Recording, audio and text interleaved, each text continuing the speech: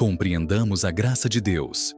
Do comentário sobre a Carta aos Gálatas, de Santo Agostinho, Bispo. O apóstolo escreve aos Gálatas com a intenção de fazê-los compreender que a graça de Deus neles atua de tal modo que não mais estão sob a lei.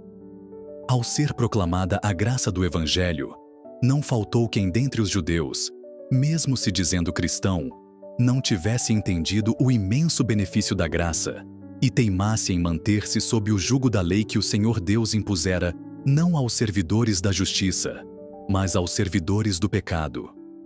Esta lei era justa para homens injustos a fim de mostrar-lhes o pecado, mas não para tirá-lo. Nada, com efeito, apaga o pecado a não ser a graça da fé que age pela caridade. De fato, certos judeus queriam impor aos Gálatas, já possuidores da graça, o peso da lei, afirmando de nada lhes aproveitar o Evangelho, a não ser que se deixassem circuncidar e adotassem os outros ritos judaicos puramente carnais. Por esta razão começaram a suspeitar de Paulo, que lhes havia pregado o Evangelho, julgando-o infiel à doutrina dos outros apóstolos que obrigavam os gentios a viverem como judeus. O apóstolo Pedro cedera ao escândalo de tais homens e deixara-se levar à simulação, como se pensasse, também ele, que aos gentios de nada serviria o Evangelho, se não cumprissem os preceitos onerosos da lei. O apóstolo Paulo afasta-o dessa simulação como conta nesta carta. Trata-se aqui da mesma questão que na carta aos Romanos. Contudo, nesta última parece haver outra coisa, pois acaba com uma contenda e tranquiliza a situação entre os partidários dos judeus e os gentios que haviam aceitado a fé. Em nossa carta, porém, dirige-se àqueles que estavam abalados por causa da autoridade daqueles judeus que os constrangiam aos preceitos da lei.